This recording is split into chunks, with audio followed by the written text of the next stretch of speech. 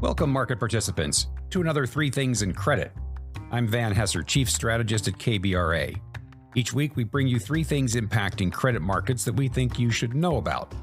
As I scroll through the headlines this Friday, I see that Chicago Fed head Austan Goolsbee says the Fed is data dependent. Can we all agree never to use that term again?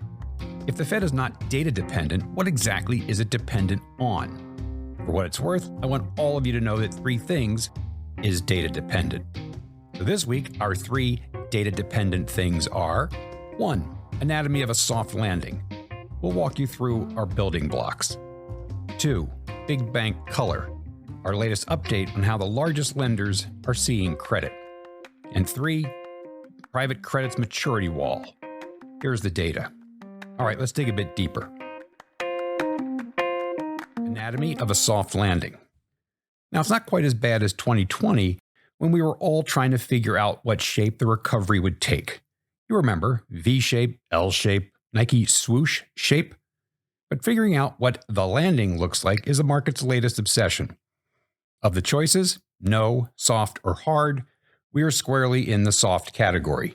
So what does that look like? Well, I'll start with economic growth. By definition, that means that we are in the 50% of market strategists that see no recession in 2024. By the way, that 50% comes from a Bloomberg survey of 18 strategists back in December.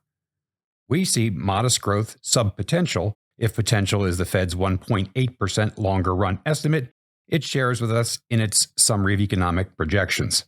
Consensus, according to Bloomberg, is 1.3% for 2024, and that's about where we are. Underpinning that view is the consumer's ability and willingness to spend based on its strong balance sheet, including savings at still 135% of pre-pandemic levels, near record net worth, and low financial obligations burden. And of course, the confidence that goes with being employed in a strong jobs market.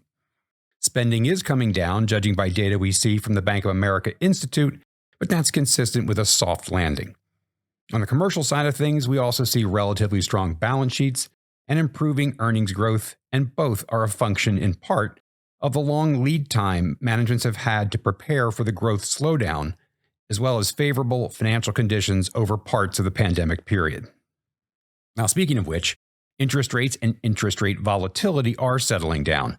And while we are not expecting the great monetary pivot implied by Chair Powell back in December, we do believe cuts are coming. We see 3 cuts starting mid-year.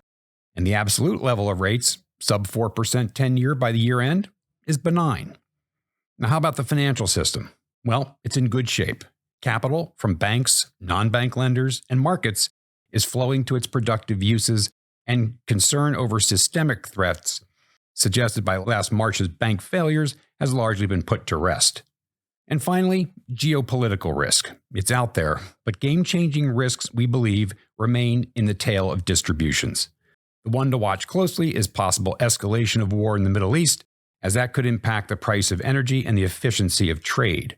But for now, steady state is manageable, at least from an economic standpoint.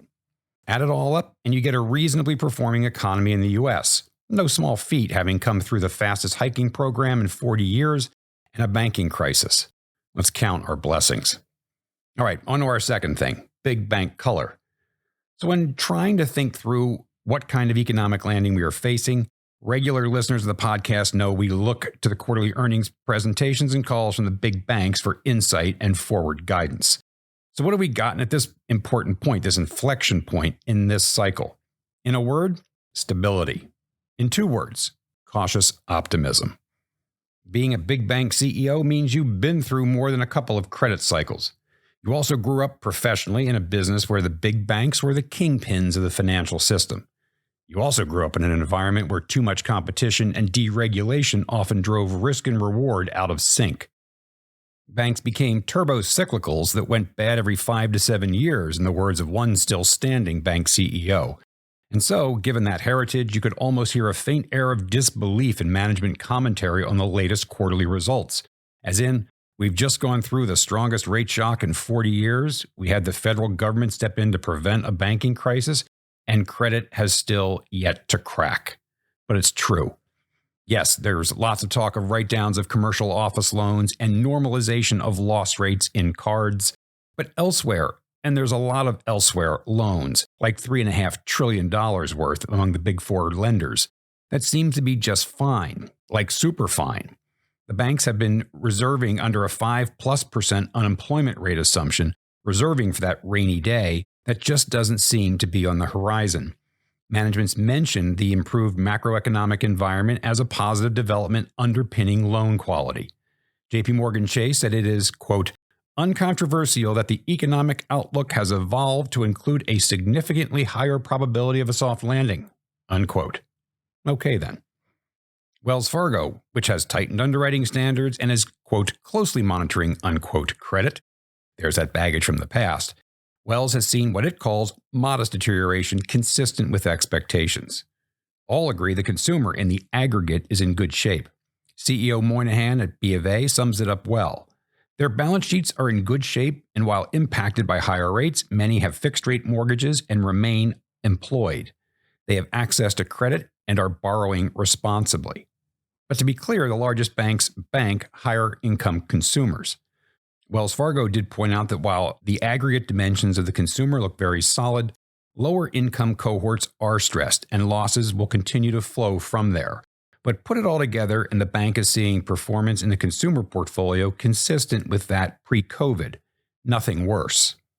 On the commercial side of things, concern is centered almost entirely on the office portfolio, where the loss phase is underway. JPM acknowledged deterioration in its CRE valuation outlook. Wells opted for a movie analogy when describing where we are in the office loss recognition cycle, as opposed to the more hackneyed baseball innings one. We're past the opening credits, Wells said, but we're still in the beginning of the movie. B of A said outside of the office sector, loan quality remains in a very, that's two veries, good place. The improving backdrop also shows up in lower marks on leveraged loans, another indicator that all is okay even among riskier credits. So that forward-looking loan quality indicator, the loan loss provision, remained better than just about anyone would have expected a year ago. B of A actually had a net release of reserves. JP Morgan Chase and Wells' modest reserve builds were driven by card growth and office losses. But to sum it all up, so far so good in credit, and the forward look is that this turn in the credit cycle feels relatively benign, again consistent with a soft landing. All right, on to our third thing, misplaced concern over a 2024 maturity wall in private credit. We have long been wary of fear stoked in the marketplace around maturity walls. Sure, they exist, but I've never met a maturity wall that can't be climbed. It's kind of like another overused descriptor, the wall of worry. It really comes down to a risk assessment. So when we hear of concerns over an impending maturity wall in private credit, I suppose the worrier is concerned about loan underwriting in private credit. I bring this up to highlight a piece of research published this week by KBRA entitled Private Credit 2024 Maturity Wall is a Myth. Our researchers examined loan maturity data gathered across the private credit landscape, including credit estimates of more than 1,800 middle-market private credit borrowers representing over $750 billion of debt, and concluded that there is no pending outsized maturity wall. We estimate that only 10 to 15% of the total loans in the market are scheduled to mature over the next 2 years. This is similar to what we see among traditional corporate debt issuers. Now, near-term maturity risk is real, the piece points out, for a relatively small subset of sponsored companies whose debt is scheduled to mature in 2024 and whose values have weakened because they have either not grown to potential and/or have declining values that substantially diminish liquidity cushions.